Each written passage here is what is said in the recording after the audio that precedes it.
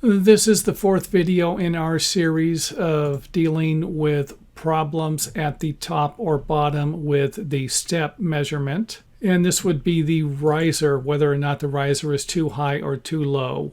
And in this one, we are going to show you how to fix a stairway that has the top riser that's a little too short. And you're probably wondering how in the heck it ever got built that way and why. It's going to be your job to fix it. But that's not my job. My job will be to provide you with another way to fix this. And I definitely recommend watching the other 4 videos. And I will have a link to that playlist in the video or comment area. The first thing we're going to do with this particular stairway will be to take it apart.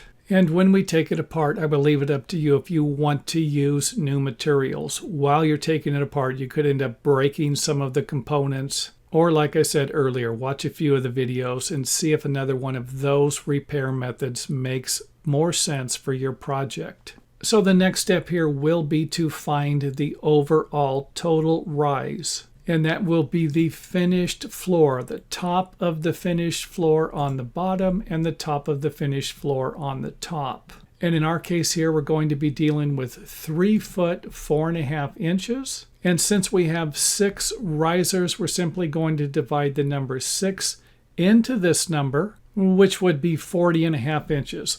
Once we divide 6 into that, we're going to get individual riser height measurements of 6 3/4 inches for each step. And those will be the measurements that we are going to try to create the new stairway with. So the next step for this repair will be to lower the ledger. And since we're going to be working with a 6 3/4 inch riser height, you can figure this a few different ways. If you're going to be using the same material for the flooring or decking that you're going to be using for your treads, then you can simply measure from the bottom of the decking to the bottom of the decking, which would be 6 3/4, or measure from the top to the top of the ledger and then add the thickness of the tread, which in our case is going to be 1.5 inches to the 6 3/4 inch measurement. In the next step, we will be modifying the stringers to make this repair, and you could probably use this same method in the other examples. You're just going to need to do it a little differently. So the next thing we are going to do will be to figure the difference. We had 7 1/4 inch risers before, and now we have 6 3/4 inch risers. And if we subtract the 2 numbers, we're going to end up with a 1/2 inch difference between those risers, suggesting that we are going to need to take a 1/2 inch off of our first step. But that isn't going to work for our next step.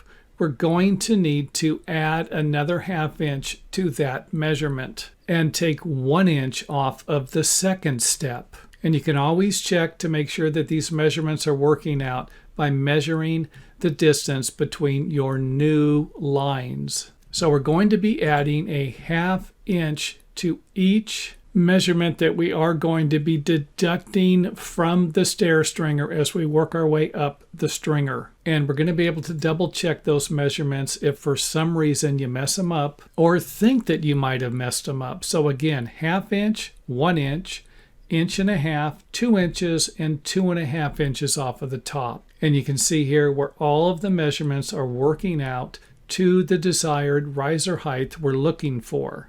Now the next thing I want you to do before you cut the stringer will be to put it back in place and double check all of the measurements here to make sure that everything looks good. And for those of you who want to use this method for the other repairs that might require you to add materials to the stringer, then you could see here where something like that might work out for you also. So instead of cutting materials off, you would just simply be adding materials to a stringer that you could use to double check all of your measurements in the same way you're doing here. So we've moved our ledger, we have this fixed, and now all we need to do is start trimming some of the stringer so that we can fix someone else's mistake, or I hate to even admit it, you might be fixing your own mistake.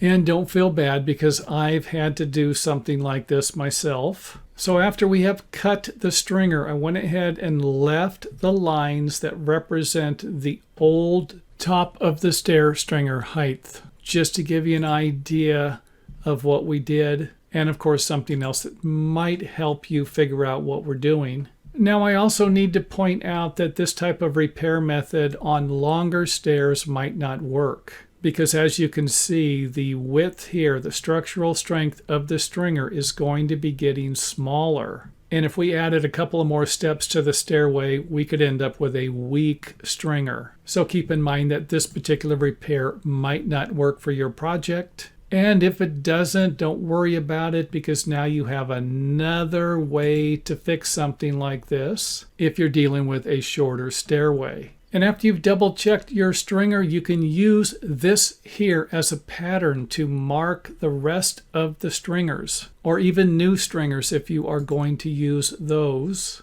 And hopefully you learned something from this video. If you did, make sure that you let us know by hitting the thumbs up button or leaving a comment in the comment area.